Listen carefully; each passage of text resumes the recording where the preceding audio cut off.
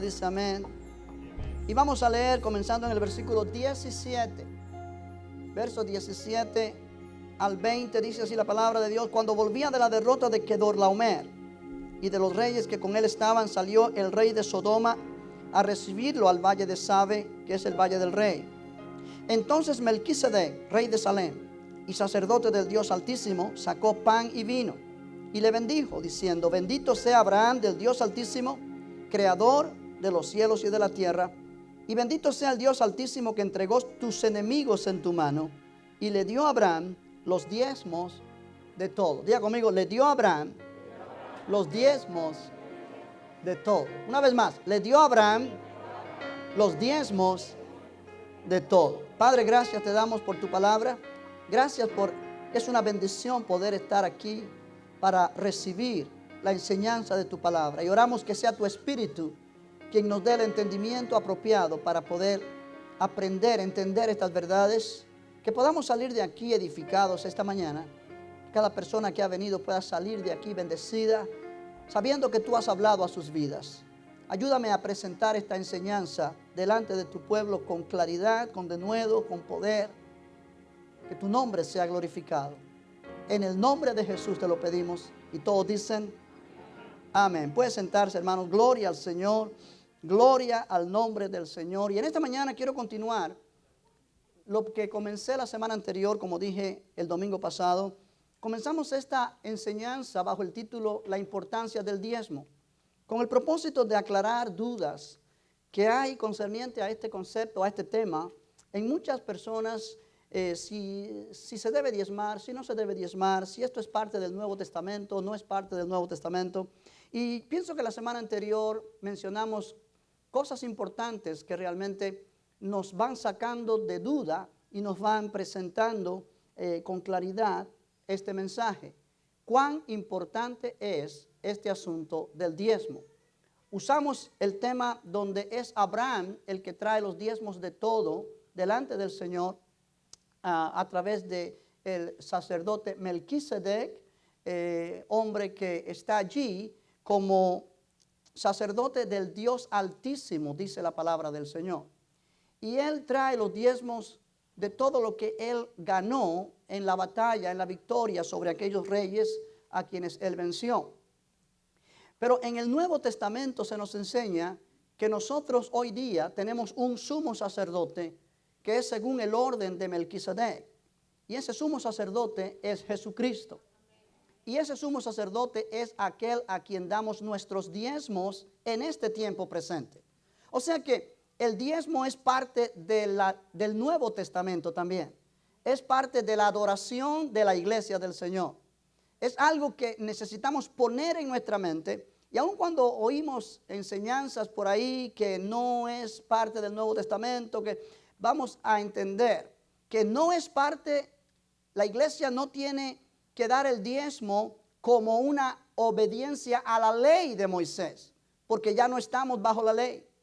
Pero la iglesia da el diezmo como una manera de honrar a nuestro sumo sacerdote Jesucristo, con la misma actitud que Abraham lo hizo cuando él dio el diezmo a Melquisedec. Un acto voluntario, un acto espontáneo y un acto que realmente reconoce la autoridad de Cristo como nuestro sumo sacerdote.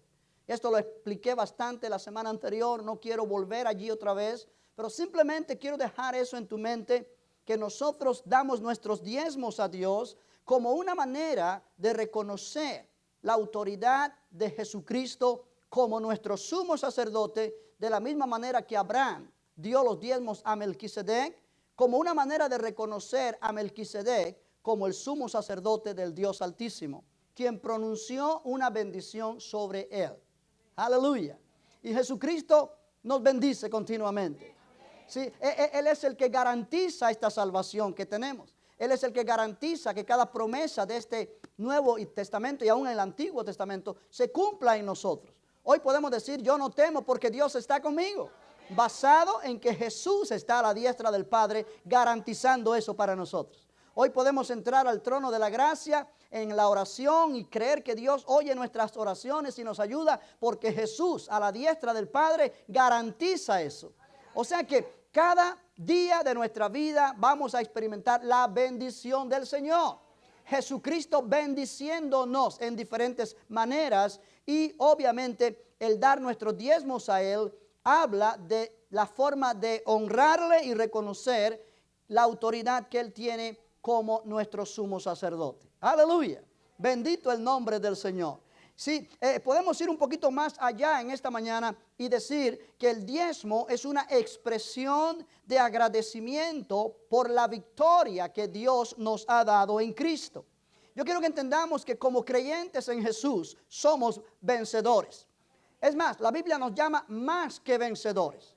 O sea, cuando uno toma la actitud o la forma de pensar que somos perdedores, que somos fracasados, que nada nos va bien, que todo va a ser mal, y yo no sé cómo va a estar este día, pero el día de ayer fue horrible, y si el día de ayer fue horrible, hoy va a ser peor, y mañana lunes, imagínese usted, es lunes. Con esa actitud nosotros no tenemos mucho que agradecer a nadie, pero en la realidad es que esa no es nuestra verdad. Y cuando reaccionamos de esa manera, y hablamos de esa manera, y pensamos de esa manera, estamos realmente viviendo por debajo de nuestros privilegios. Estamos viviendo como vive cualquier persona en este mundo que no tiene a Cristo.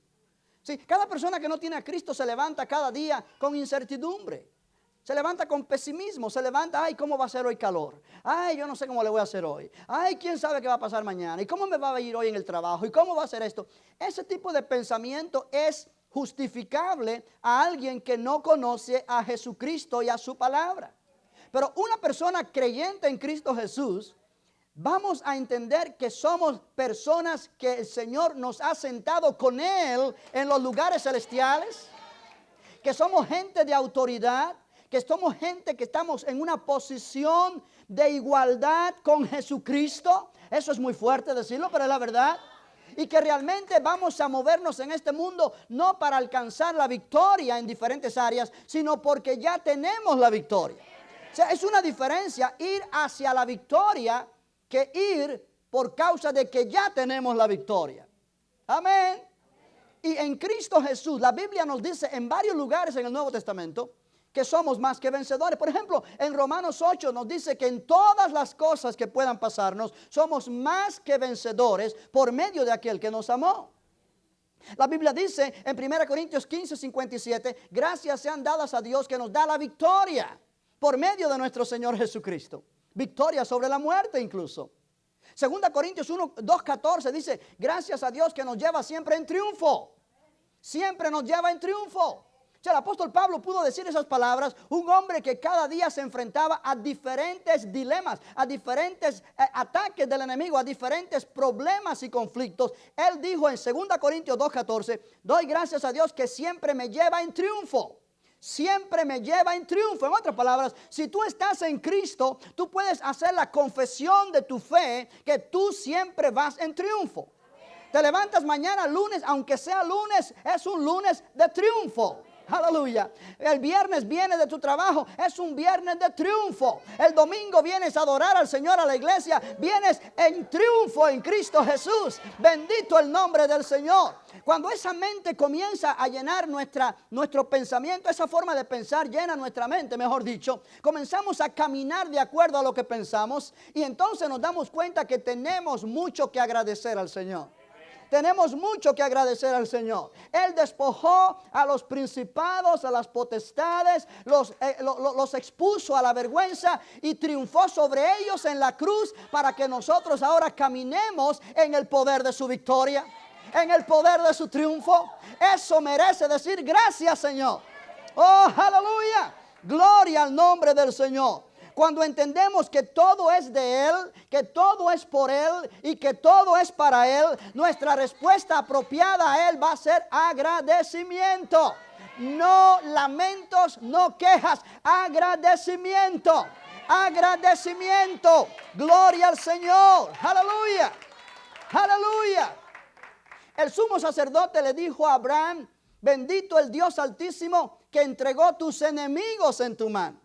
En otras palabras, tú no venciste porque tú eres muy capaz. Tú no venciste porque tú tienes experiencia militar. Tú no venciste porque tus guerreros eran tremendamente excelentes. No, no, no, no. Tú venciste porque Dios entregó tus enemigos en tu mano. Aleluya.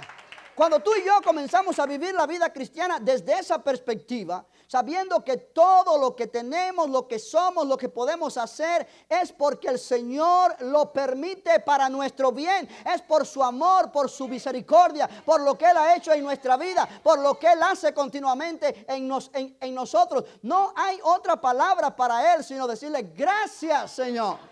Aleluya. Gracias, Señor, porque tú me has dado la victoria. Sí, es interesante, iglesia, entender este concepto. Melquisedec le dijo a Abraham: bendito el Dios Altísimo que entregó tus enemigos en tu mano. Y el Señor nos dice en esta mañana: bendito el Dios Altísimo que te da la victoria continuamente sobre cualquier adversidad, sobre cualquier situación, por causa de lo que Jesucristo hizo en la cruz del Calvario. Aleluya, aleluya, gloria al nombre del Señor. Sí. Ahora vamos un punto más allá esta mañana y vamos a decir que el diezmo es una expresión de fe y obediencia a Dios. El diezmo no solamente reconoce la autoridad de Jesucristo como nuestro sumo sacerdote. El diezmo no solamente es una expresión de agradecimiento al Señor por la victoria que nos ha dado. El diezmo es una expresión de fe y de obediencia a Dios. Aleluya. Se necesita fe para diezmar. Se necesita confianza en Dios para diezmar, o tu diezmo no sirve. Se necesita obedecer a Dios de corazón para que tu diezmo valga la pena. De lo contrario, es simplemente dar algo que no tiene valor. Amén. El diezmo no es solamente la cantidad que tú traes al Señor, sea en un sobre, o sea en un cheque, o sea efectivo, y lo pones ahí. No, no, el diezmo es mucho más que eso. El diezmo es una expresión de fe y de obediencia. Se necesita fe para cuando tú ganas en la semana, vamos a poner un ejemplo, $1,000 semanales. Y de esos $1,000, $100 son el diezmo. Pero entonces tú ganas $2,000 semanales. De esos $2,000, $200 es el diezmo. Pero entonces te va tan bien que tú ganas $5,000 semanales. Tú sabes que $500 es el diezmo. Mientras más ganas, más fe necesitas para diezmar, porque más alta es la cantidad. ¿Cuántos me entienden lo que digo? Pero es muy difícil poder diezmar de un salario de $10,000 semanal si no aprendimos a diezmar de un salario de $100 semanal. Porque la fe va creciendo en la manera que la vamos accionando. Vamos, que estoy hablando bien. La fe va creciendo en nosotros en la manera que vamos accionando esa fe. Y si no tenemos fe para dar $10 semanal de un diezmo de 100, no tenemos fe para dar $500 semanales de un diezmo de 5,000. Pero la fe y la confianza que tenemos en Dios honran al Señor. La Biblia dice: sin fe es imposible agradar a Dios. Sin fe es imposible agradar a Dios. Pero entonces la Biblia también dice que Dios honra a los que le honran. Aleluya. Dios honra a los que le honran. Yo quiero que mires conmigo en el libro de Primera de Samuel, en el Antiguo Testamento, Primera de Samuel capítulo 2. Aleluya. Cuando lo tengan, dice amén. Primera de Samuel 2, versículo 30. Es interesante lo que vamos a aprender esta mañana.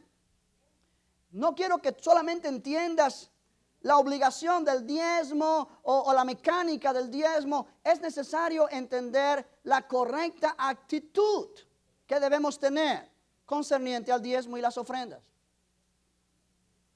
Verso 30, ¿ya lo encontraste? 1 Samuel 2:30. Por tanto, Jehová, el Dios de Israel, dice: yo había dicho que tu casa y la casa de tu padre andarían delante de mí perpetuamente.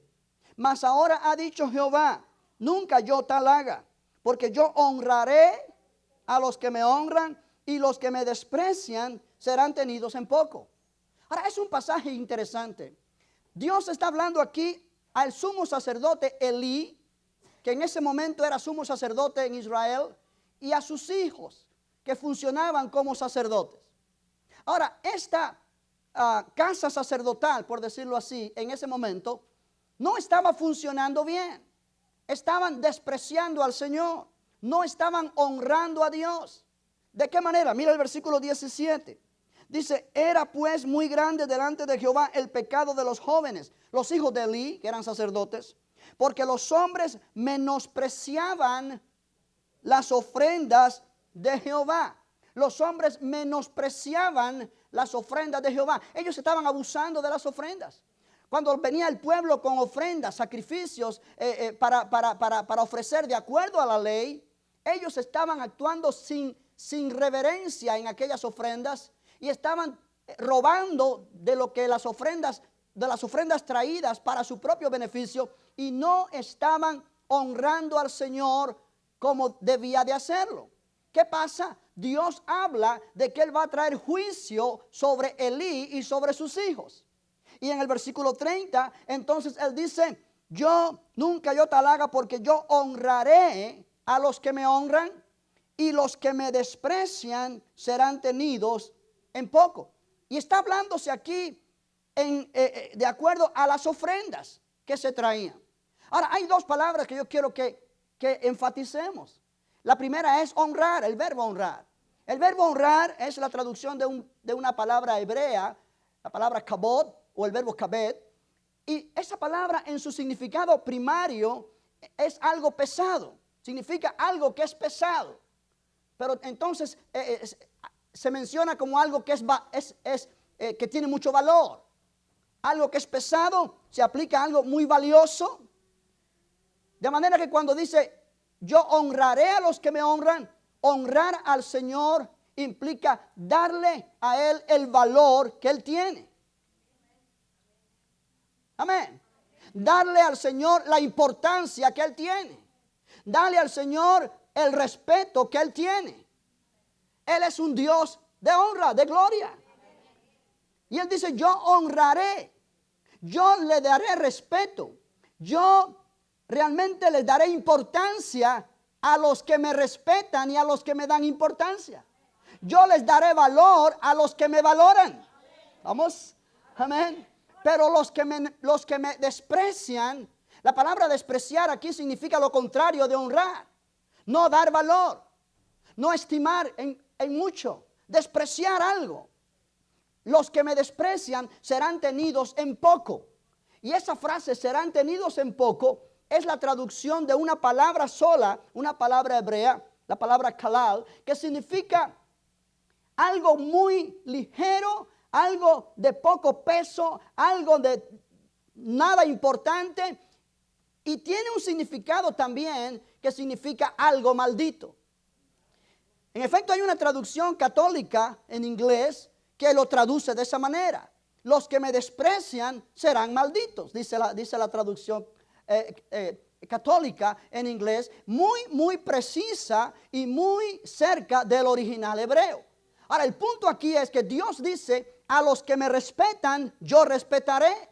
A los que me valoran, yo valoraré. A los que me dan importancia, a quien yo soy, yo les daré importancia. Pero a los que me desprecian, ellos serán tenidos en poco. Amén. Ahora yo quiero llamar tu atención a esa frase cuando Dios dice, yo honraré a los que me honran. Diga conmigo, Dios honra a los que le honran. Ahora, con eso en mente, mira en el libro de Proverbios capítulo 3. Proverbios 3. Gloria al Señor. Gloria a Dios. Proverbios capítulo 3, en el versículo 9. Dice, honra a Jehová con tus palabras. Honra a Jehová ¿con qué? Con tus bienes y con las primicias de todos tus frutos. Ahora yo quiero llamar tu atención a esto, porque aquellos que dicen el diezmo es solamente para el Antiguo Testamento. Proverbios es un libro que aun cuando está escrito como parte del Antiguo Testamento, pero no es un libro que realmente habla de la ley, sino es un libro que habla de proverbios. Proverbios son dichos, expresiones que imparten sabiduría.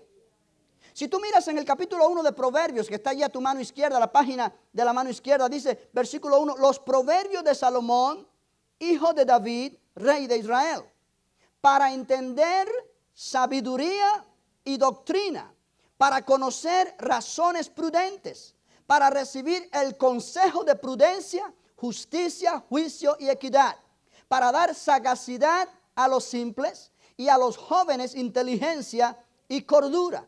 Oirá el sabio y aumentará el saber, y el entendido adquirirá consejo, para entender proverbio y declaración, palabras de sabios y sus dichos profundos. Ese es el propósito de Proverbios, darnos sabiduría. Y uno de esos proverbios dice, honra a Jehová con tus bienes. O sea, en esa palabra hay sabiduría.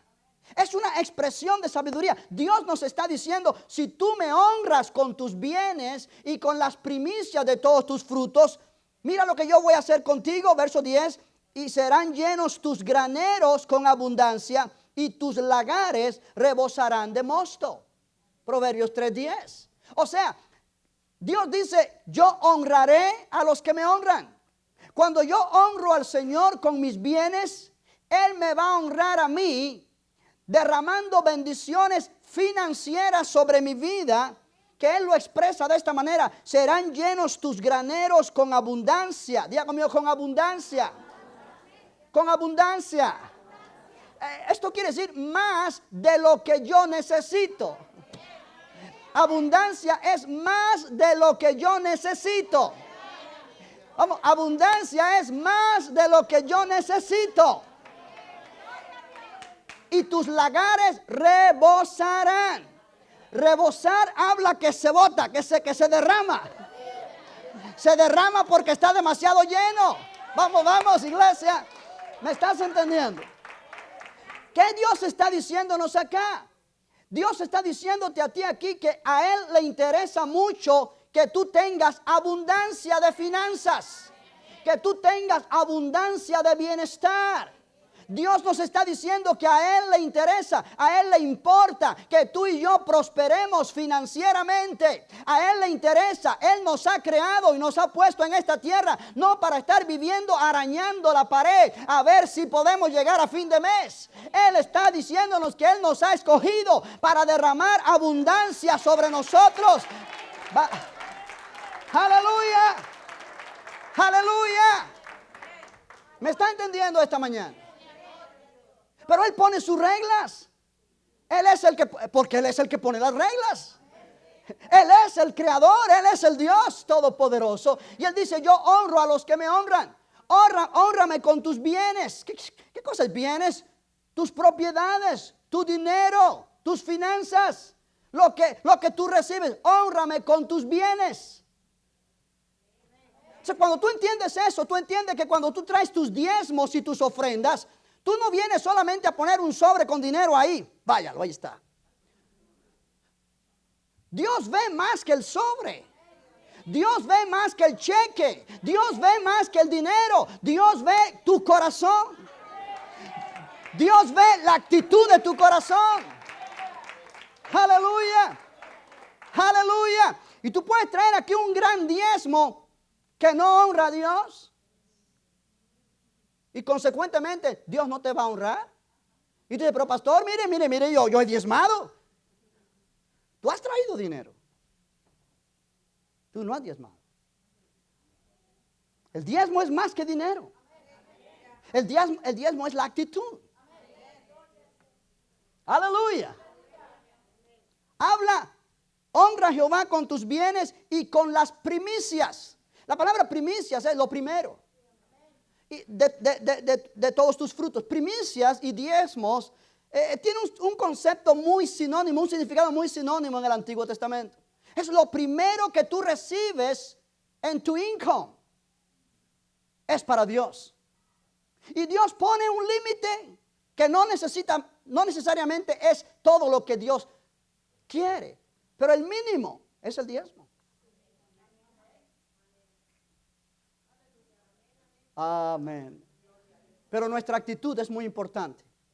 Sí, en este asunto de honrar al Señor, nuestra actitud es más importante que nuestro dinero.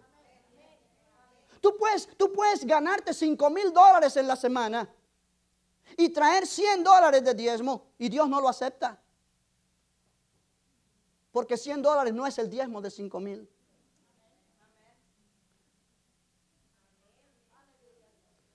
Tú puedes ganar $100 en la semana y traer $10 y Dios lo acepta. Y Dios acepta el diezmo de $10 y no el de $100. Amén. Si tú ganas $5,000 a la semana o $10,000 a la semana y traes solamente $100 de diezmo, tú estás trayendo una limosna a Dios. Y Dios no está pidiendo limosna. Dios no es limosnero. Dios está pidiendo el diezmo. Y el diezmo de 10,000 son 1,000. Entonces tú eres muy sagrado, muy santo. Y vienes con tu sobre, pero ese sobre solamente trae $50, pudiendo haber traer 500. Porque ganaste 5,000. Y tú traes 50. Y tú te preguntas después por qué Dios no te bendice. Porque tú no estás honrándolo. Amén. Tú me engañas a mí, tú engañas a los que cuentan la ofrenda, pero tú no engañas a Dios. Yo no requiero de cada uno de ustedes un informe de los income tax que tú haces al año para saber cuánto tú ganas mensual y yo saber cuál debe ser tu diezmo. No, yo no hago eso. Pero Dios lo sabe sin que tú se lo digas. O sea, el punto aquí es, iglesia, nuestra actitud. Dios la valora más que nuestro dinero. La Biblia cuenta en una ocasión, mucha gente venía trayendo ofrendas cuando Jesús estaba. Y Jesús estaba mirando a la gente que traía las ofrendas. Y venían muchos que traían grandes ofrendas porque tenían mucho dinero. Y vino una viuda y echó una sola moneda que no valía mucho, pero era todo lo que ella tenía. Me llama la atención que Jesús no le impidió que ofrendara. Jesús no le dijo, pobre mujer, mire, no de eso, manténgalo para usted porque yo sé que usted no tiene más. No, Jesús permitió que trajera el dinero porque sabe que hay bendición en dar. Pero Jesús dijo algo que llama la atención. Él dijo, todos ustedes dieron de lo que les sobra. Esta mujer dio de lo que no tenía. Por tanto, la ofrenda de esa mujer tuvo más valor delante de Dios que la ofrenda de los demás. Ahora, eso no quiere decir que tú, pudiendo traer un diezmo de $100, traigas $10 o $1. Dios no te va a recompensar y vas a decir, ¡hey, mira, este dio más porque dio $1! No, tú podías dar 100 y diste 1. Eso no honra a Dios. Eso no honra a Dios. Cada vez que tú te paras a traer tus diezmos y tu ofrenda y tú traes menos de lo que tu conciencia y tu corazón te dice que debes traer, tú no estás honrando a Dios. Y tú te estás engañando a ti mismo. Aleluya. Estamos aquí. Yo quiero que mires en el libro, note que Proverbios dice, honra a Jehová con tus bienes y con las primicias de todos tus frutos. El resultado serán llenos tus graneros con abundancia. Bueno, hoy día tú no tienes graneros porque tú no vives en el campo. Hay otra forma de moverse, pero tú tienes una cuenta de banco. O tú tienes debajo del colchón de tu casa. Solo tú sabes. Cada uno sabe dónde está la caja de fuerte. Ok. Tus lagares rebosarán de mosto. Tú no tienes lagares. Pero tú ganas un dinero semanal o quincenal. Dios te promete que si tú lo honras con tus bienes, con las primicias de tus frutos, con tus diezmos y ofrendas, Él se compromete en hacer que tu cuenta de banco siempre tenga. y siempre tenga abundancia. Él se compromete que siempre haya para poner debajo del colchón. Se compromete para que tu refrigerador siempre esté lleno de comida. Él se compromete para que cuando tú abres la despensa en tu casa, siempre haya allí para cocinar o dinero para ir a comprar. Él se compromete. ¿Por qué? Porque Él lo promete en su palabra. Cuando tú le honras a Él con tus bienes, Él te honra a ti con su abundancia. Y tú dices, pastor, pero eso, ¿por qué yo sé que eso es así? Bueno, porque lo dice el libro. Lo dice la palabra. La fe viene por oír la palabra de Dios. Y el diezmo es una expresión de fe y de obediencia a Dios. En el libro de Génesis, mira conmigo Génesis capítulo 4, hay un ejemplo de lo que es honrar al Señor en nuestras ofrendas. Génesis 4 es el relato de Caín y Abel. Y realmente hay varias interpretaciones teológicas de este relato. Yo no quiero entrar en esos detalles ahora, pero sí hay una aplicación que aplica a los que estamos enseñando hoy día. Capítulo 4 de Génesis, ¿ya lo encontraste? Versículo 3 dice, y aconteció andando el tiempo que Caín trajo del fruto de la tierra una ofrenda a Jehová. Ahora, ¿por qué del fruto de la tierra? Porque él trabajaba la tierra. Él trabajaba la tierra. Trajo del fruto de la tierra una ofrenda a Jehová. Y Abel también trajo de los primogénitos de sus ovejas y de lo más gordo de ellas. Y miró Jehová con agrado a Abel y a su ofrenda, pero no miró con agrado a Caín y a la ofrenda suya. Y se ensañó Caín en gran manera y decayó su semblante. Ahora, la palabra ofrenda en este pasaje es la traducción de una palabra hebrea que significa tributo, ofrenda, regalo. Todo eso significa esa palabra. Y es la misma palabra que se usa de los hijos de Elí, que mencioné hace un momento, cuando ellos realmente menospreciaban las ofrendas de Jehová. En el tiempo que Caín y Abel trajeron sus ofrendas, era la costumbre, según los expertos, los historiadores, los que han estudiado esto a fondo, que a quien se consideraba el Señor de todo, en este caso Dios, se le traía lo primero de lo que se recibía. Si era de la tierra, los primeros frutos. Si era una ofrenda animal, el mejor animal del rebaño. Porque era para Dios. Era para el Señor. Amén. Y la palabra que se usa para ofrenda aplicaba tanto a una ofrenda vegetal como a una ofrenda animal. En el tiempo de Caín y Abel. De manera que cuando Caín trae su ofrenda, trae de lo que él produce. Y trae fruto para Dios. Cuando Abel trae de lo que él produce en su rebaño, trae, dice la Biblia, primogénito de sus ovejas y de lo más gordo de ellas. Ahora, miró Jehová con agrado a Abel y a su ofrenda, pero no miró con agrado a Caín y a la ofrenda suya. O sea, hubo una diferencia. O sea, muchos teólogos piensan que Dios no miró con agrado a la ofrenda de Caín porque no era una ofrenda de sangre, no era un animal para sacrificar. Pero eso no lo dice el texto. Eso es alusión o una forma de interpretar el texto, pero no lo dice la palabra en sí. Ambos trajeron ofrendas. Ahora, si tú miras, dice Caín trajo del fruto de la tierra una ofrenda a Jehová. No dice trajo de sus primeros frutos. No dice trajo de lo mejor de sus frutos. Simplemente dice trajo del fruto de la tierra. Abel trajo de lo mejor de sus ovejas y de lo más gordo de sus ovejas. Era lo que realmente la costumbre del tiempo se usaba. Que cada uno traía al Señor, a quien consideraba que era el Señor, lo mejor de su producto.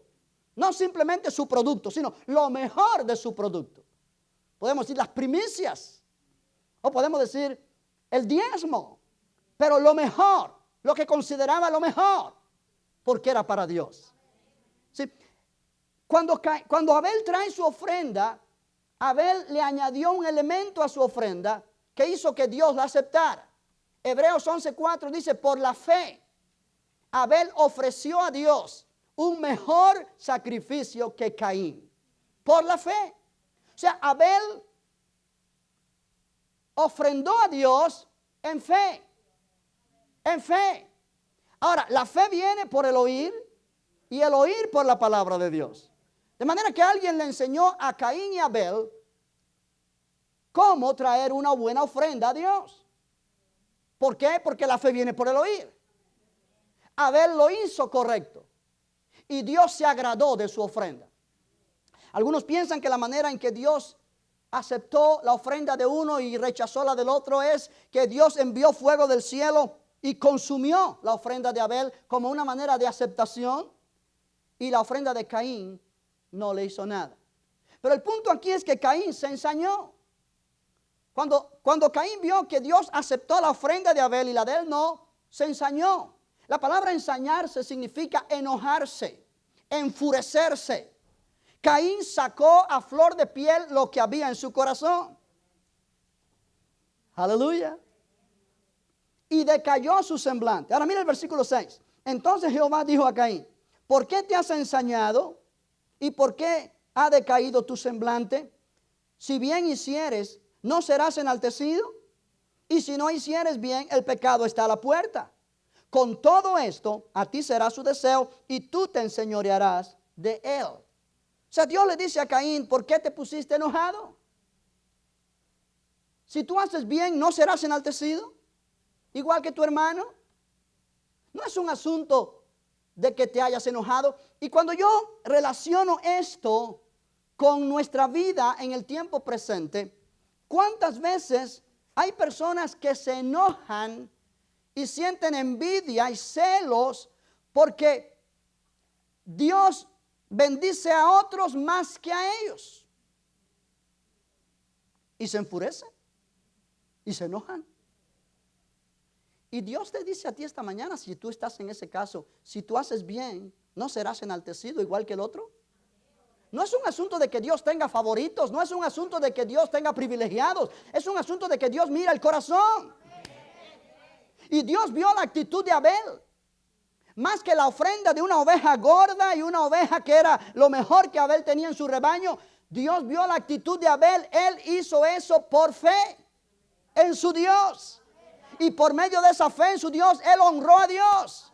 Caín simplemente trajo del fruto de la tierra una ofrenda y le dijo, ahí te va.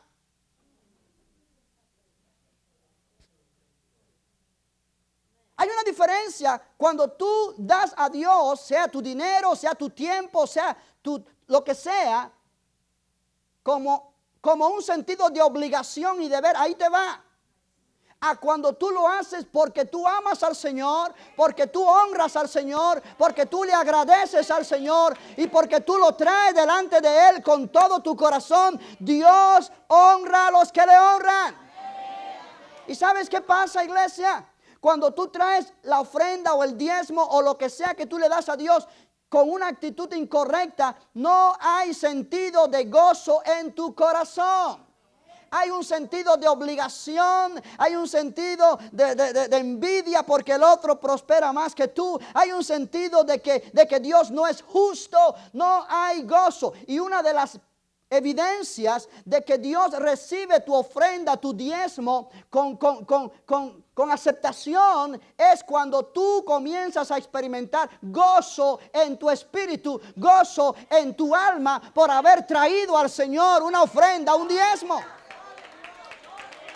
Aleluya. Amén. Si cuando tú diezmas y ofrendas te da dolor en tu corazón y tú quieres llorar pero no puedes porque te da pena, no te imagines ni por un momento que tú estás honrando a Dios, mucho menos que Dios te va a honrar a ti. Cuando la alabanza se termina en el servicio y el pastor dice, en este caso yo, así puestos de pie vamos a traer nuestros diezmos y ofrendas, y tu alegría se te va. Y tú no sabes por qué, pero sientes sudor frío. Sientes que el servicio ya se acabó para ti, la bendición se fue. Cuando tú experimentas eso, implica que el diezmo y la ofrenda no es un gozo para ti. Es una obligación, es algo feo, es una esclavitud, es algo sin sentido. Eso implica que si tú traes algún diezmo con esa actitud acá, no deja de ser dinero que tú pones ahí, pero no hay honra al Señor.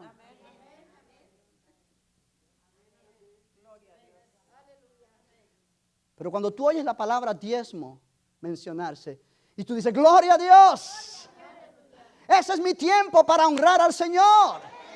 Ese es mi momento para demostrarle cuánto le agradezco su bendición. Este es mi momento para que Dios vea mi corazón. Oh, aleluya. Oh, aleluya. Aleluya. Desde que tú te levantas y vienes caminando por ahí, ya el gozo del Señor comienza a llenar tu corazón, porque tú sabes que estás honrándolo a Él.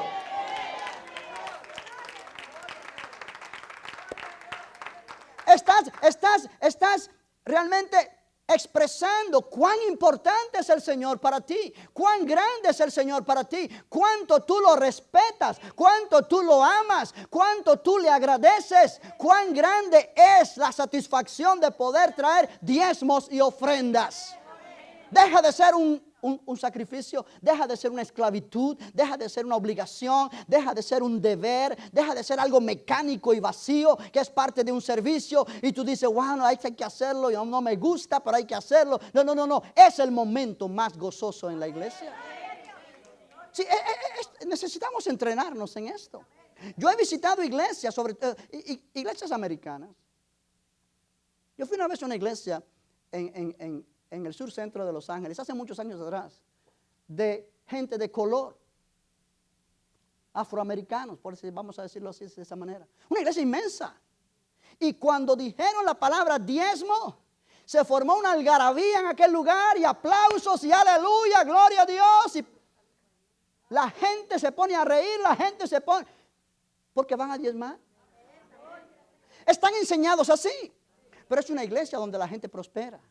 Es una iglesia donde la gente entra allí muchas veces sin Cristo y entran pobres, entran gente incluso de pandillas, de drogas, gente que no tiene nada. Y cuando son ministrados a través de la palabra, esas mismas personas comienzan a ver cambios en sus vidas, comienzan a encontrar trabajos, comienzan a ser liberados del vicio, es algo diferente y ellos conocen por experiencia cómo este asunto de honrar a Dios con sus bienes ha cambiado sus vidas. Por esa razón se alegran tanto, por esa razón se ponen con el gozo llenando sus vidas. No porque van a cantar un nuevo coro, pero porque van a diezmar y a ofrendar. Esa actitud yo pienso que estaba en Abel, cuando trajo la ofrenda al Señor. Esa actitud no estaba en Caín. Y como consecuencia Caín se enojó, decayó su semblante y Dios le dijo, ¿por qué te enojas? Si hicieres el bien, tú también serás enaltecido. Una traducción dice, podrás levantar tu cara en alto. Serás exaltado. Pero si no haces el bien, el pecado está a la puerta. Cuando tú y yo no honramos al Señor, sin darnos cuenta, estamos honrando al enemigo de Dios. Estamos abriendo la puerta al enemigo, al pecado. El pecado está a la puerta. En el original hebreo da como la intención, el pecado está a la puerta de tu corazón como una fiera dispuesta a agazapada y a echarse sobre ti para atacarte. Aleluya. En Santiago capítulo 1 versículo 15 dice que cada uno es tentado cuando de su propia concupiscencia o deseo es atraído y seducido. Y el pecado o esa concupiscencia, habiendo concebido, da a luz el pecado. Y el pecado, habiéndose consumado, da a luz la muerte. Cuando tú y yo desobedecemos a Dios en alguna área donde sabemos qué hacer, pero no lo hacemos, estamos dándole lugar al pecado tomar dominio sobre nosotros. Y lo primero que el pecado hace es engañarnos y hacernos insensibles para no oír la voz de Dios. Y entonces nada nos impresiona. Y una predicación como esta que yo estoy hablando esta mañana, no te impresiona. Tú dices, eso son palabras de hombre. Oh, eso no es correcto. Yo pienso diferente. Yo hago las cosas a mi manera. Yo hago las cosas como yo pienso que deben hacerse. O sea, esa actitud es una actitud arrogante, de orgullo, de altivez, que Dios rechaza. Caín mostró orgullo. Caín mostró altivez. Él trajo la ofrenda a Dios, pero él la trajo a su manera. Y eso produjo en él que el pecado lo atrapara. Dios le dio la oportunidad. Si tú haces bien, tú serás enaltecido igual que tu hermano. Pero si tú no haces bien, el pecado está esperándote. Está agazapado para atacarte. Pero tú tienes dominio de él. Tú puedes dominarlo. ¿De qué manera? Obedeciéndome. En el momento que tú decides obedecerme, el pecado pierde su poder. Tú y yo somos esclavos de aquello a que obedecemos. Sea del pecado o sea, obedecer al pecado trae problemas o obedecer a la justicia. Es lo que Pablo dijo en Romanos 6. Cuando tú y yo no diezmamos o diezmamos mal con una incorrecta actitud, nosotros le damos lugar al pecado dominarnos. Y lo primero que el pecado hace es cegar nuestro entendimiento para hacernos insensibles a la voz de Dios. Por eso la Biblia dice, si oyeres hoy su voz, no endurezcáis vuestros corazones. El pecado nos endurece, de manera que lo que hacemos o que lo que dejamos de hacer no nos impresiona. Y es tan terrible vivir una vida cristiana con un corazón duro. Es tan terrible cuando estás oyendo una predicación o enseñanza de la palabra y que no te impresione nada. Es tan terrible cuando estás cantando alabanzas al Señor y tú te das cuenta que estás cantando por cantar. Cuando el corazón está endurecido, eso es triste. Eso es algo que ninguno de nosotros debíamos permitir. Nuestro corazón debe ser sensible para el Señor, porque Él nos habla a través de nuestro corazón. Y si el pecado nos engaña y nos endurece, cerramos la puerta a la bendición de Dios. Caín tuvo la oportunidad, él la despreció. Y después que Dios le habló, lo primero que él hizo invitar a su hermano al campo y fue y lo mató. ¿Y por qué causa le mató? Primera de Juan dice, porque él era del maligno. Sus obras eran malas y las de su hermano justas. Oh, aleluya. ¿Está entendiendo esta mañana? O sea, hay algo tan precioso en este asunto de diezmos, ofrendas, con la correcta actitud, que debe alertarnos a nosotros. ¿Sí? Debe alertarnos. Cuando Abraham trajo los diezmos a Melquisedec, si tú lees un poquito más adelante, y no lo voy a leer ahora, pero en el capítulo 15 de Génesis, versículo 1, Dios se le aparece y le dice, no temas, Abraham, yo soy tu escudo y tu galardón será sobremanera grande. Tú me diste tus diezmos, tu galardón será sobremanera grande. No hay manera de que Dios se quede con nada. Dios siempre nos devuelve más de lo que nosotros le damos a Él. Aleluya. Aleluya. Aleluya. Vamos a quitar de nuestra mente ese concepto de que Dios me quita el dinero. Este pastor me está quitando el dinero. Este pastor me quiere arruinar la vida. Ese no es el Dios del cielo al que adoramos. Dios quiere que tú y yo tengamos riquezas. Sí, la Biblia dice que Dios nos da poder para hacer las riquezas. Si Él nos da poder para hacer las riquezas, es que Él quiere que nosotros tengamos en abundancia. Él tiene una perspectiva hacia cada uno de nosotros donde Él quiere que tengamos abundancia. Él no quiere que estemos a ver si podemos llegar a fin de mes. Ese no es Dios. Ese no es Dios. Sí, yo sé que la iglesia a través de los años, desde los 3 siglos, el tercer siglo en adelante, empezó a apartarse de la palabra y muchos comenzaron a hacer votos de pobreza. Y la pobreza era un símbolo de humildad y de agrado a Dios. Pero eso no lo dice la Biblia. Eso lo dice la tradición. Tú lees el Antiguo Testamento, el Nuevo Testamento. Dios quiere bendecir. Dios sabe que en este mundo el dinero corre. Y sin dinero tu hogar tiene problemas. Y por eso tienes 2, 3 trabajos, porque tú sabes que todo cuesta en la vida. Amén. Aleluya. O sea, mucha gente quiere fantasear con este asunto de caminar por fe, pero camina en presunción y camina en error. La Biblia dice, Dios es el dueño del oro y de la plata. Pero ese oro y la plata no lo tiene Dios en el cielo. Tú podrás ver que del cielo caen granizos, cae nieve, cae agua, pero no cae dinero.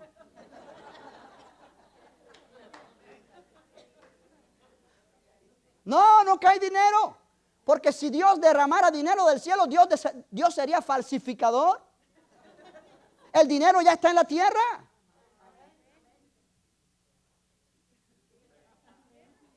Amén.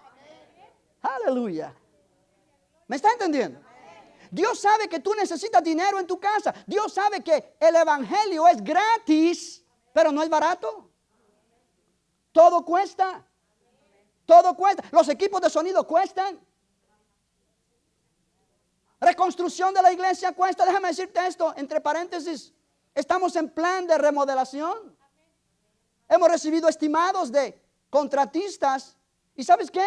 Que esos estimados se están yendo por encima de nuestra posibilidad en el costo. De manera que estamos tratando de ver cómo reducimos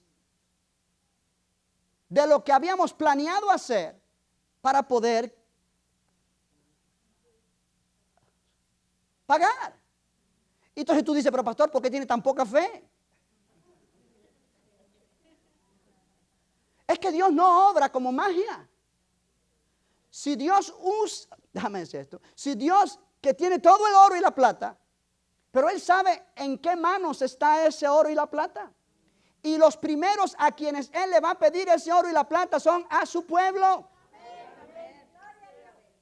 Y si su pueblo no obedece al Señor en cuanto a diezmos y ofrendas, el dinero que Dios tiene está limitado en manos de gentes que no quieren obedecer. Y la iglesia sufre, el evangelio sufre. Y no es un asunto de que no tenga fe, es un asunto de que el pueblo limita a Dios con su resistencia. Oh. Aleluya. Amén. ¿Me está entendiendo? Y yo quiero hablar de esto más en la semana próxima. Pero yo quiero que tú entiendas que esto es un asunto tan necesario. Dios quiere que tú prosperes en tu casa. Dios quiere que tú prosperes en tu hogar, en tu familia. Dios no te quiere limitado. Dios no quiere que tú estés limitado todo el tiempo. A ver cómo le haces aquí, cómo le haces allá. No, Dios quiere bendecirte. Sí, honra a Jehová con tus bienes, con las primicias de tu fruto. Y Él se encargará de hacer que tu negocio prospere, que tu trabajo prospere, que tú halles gracia delante de tus jefes. ¿Cómo Dios hace esto? Hermanos, Dios es Dios. Sí. Dios puede darte gracia en tu centro de trabajo para que te den un aumento que a nadie más le dan. No porque tienes la cara bonita, no porque eres de cierto país, porque eres de Dios. Dios te da gracia delante de tu jefe. ¿Me está entendiendo? Dios trabaja de esa manera.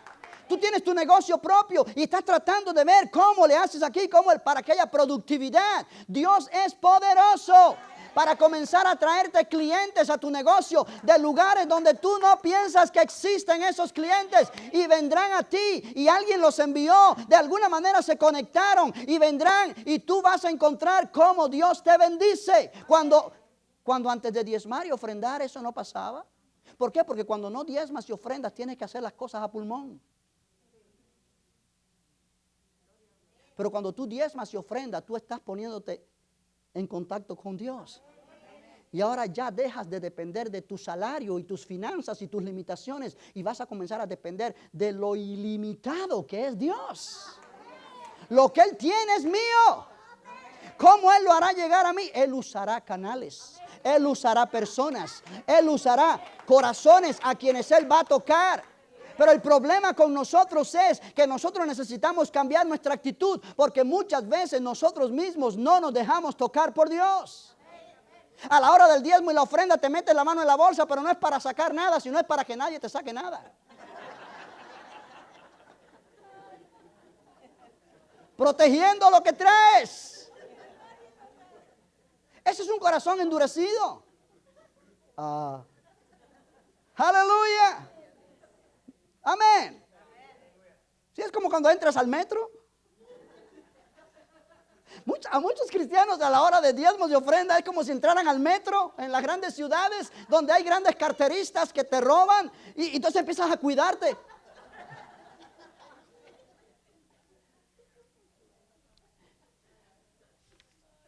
Yo quiero terminar en esta mañana con esta ilustración y quiero leerte, lo quiero leer porque si te lo digo verbalmente así de memoria quizá no te lo digo con el énfasis que debe tener. Aquí en Estados Unidos existió un personaje, una persona, un hermano en Cristo, porque era creyente, que vivió de julio 8 de 1839 a mayo 23 de 1937. John Rockefeller. Dice, fue un magnate de los negocios y filántropo estadounidense. Es ampliamente considerado el americano más rico de todos los tiempos y la persona más rica de la historia moderna, según la enciclopedia. Y este hombre da su testimonio a alguien que lo está entrevistando y dice, sí, yo doy los diezmos, dijo él. Y me gustaría decirle cómo ocurrió todo. Tuve que empezar a trabajar como un niño pequeño para ayudar a mantener a mi madre. Mis primeros salarios ascendieron a $1.50 por semana. La primera semana cuando traje mi $1.50, lo puse en los regazos de mi madre. Mi madre me explicó que ella sería feliz si yo le daba el diezmo al Señor. Y él dice, lo hice. Y de esa semana hasta el día de hoy, dice este hombre, he diezmado cada dólar que Dios me ha confiado. Y quiero decir, si no hubiera diezmado el primer dólar que hice, no habría diezmado el primer $1.000.000 que hice. Para tú diezmar $1.000.000, tú tienes que ganar dólares. Y él dice, dile a tus lectores que entrenen a sus hijos a que diezmen. Y van a llegar a ser fieles mayordomos del Señor. Tú quieres que tus hijos prosperen en la vida, desde pequeñitos enséñales a diezmar. Del domingo que tú les das o del dinero que ellos, que diezmen.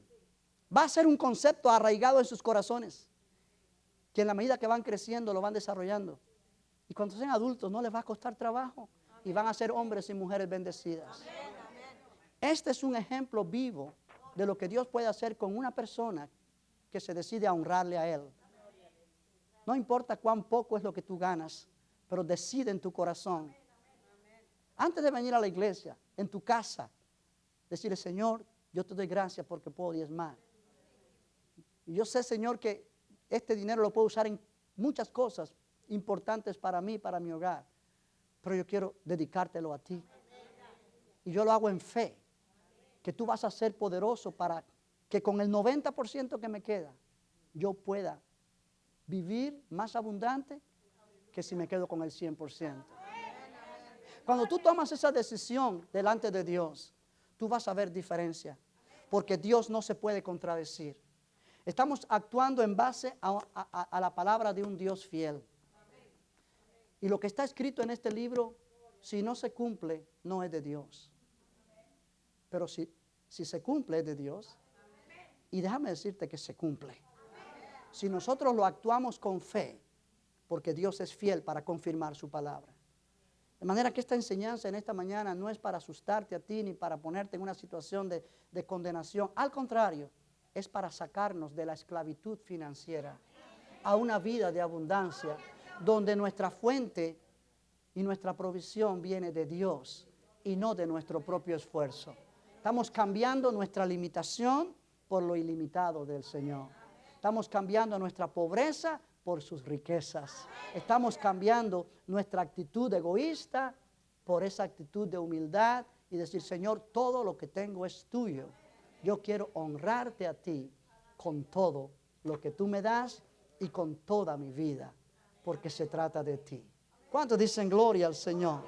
¿Cuántos dicen gloria a Dios? Ponte de pie en esta mañana. Vamos a darle gracias a Dios por su palabra. Es una tremenda bendición poder poner toda nuestra confianza en el Señor. Oh, ¿cuántos dicen gloria a Dios? Aleluya. A manera de conclusión, yo quiero leerte lo que dijo un gran hombre de Dios, Oswald Sanders. Él dijo, la cuestión básica no es cuánto de nuestro dinero nosotros debemos darle a Dios, pero cuánto del dinero de Dios nosotros debemos guardarlo para nosotros. Otro hombre de Dios dijo esto, el diezmo es la solución acerca de la cual nadie habla. Si cada cristiano diezmara, oye bien esto, cada congregación estaría libre de preocupaciones financieras y podría comenzar realmente a ser la sal de la tierra. Si cada cristiano diezmara, la iglesia comenzaría a hacer un impacto en el mundo para cambiarlo. La iglesia en su lugar está paralizada porque las personas están endurecidas. Dios nos ayude, hermanos, a tomar esta palabra como palabra de Dios y permitir al Espíritu Santo que nos ilumine, que podamos llevar adelante su plan y que seamos obedientes en lo que Él nos pide hacer. ¿Por qué no levantas tus manos y le dices, gracias, Padre? Gracias porque tu palabra es vida, tu palabra es verdad. Oh Señor, yo sé que tú honras a los que te honran. Y yo quiero honrarte.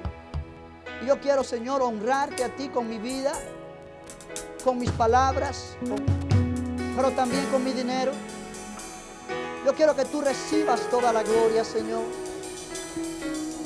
Gracias porque tú eres fiel. Gracias porque tú eres fiel. Oh, levanta tus manos y tu corazón al Señor.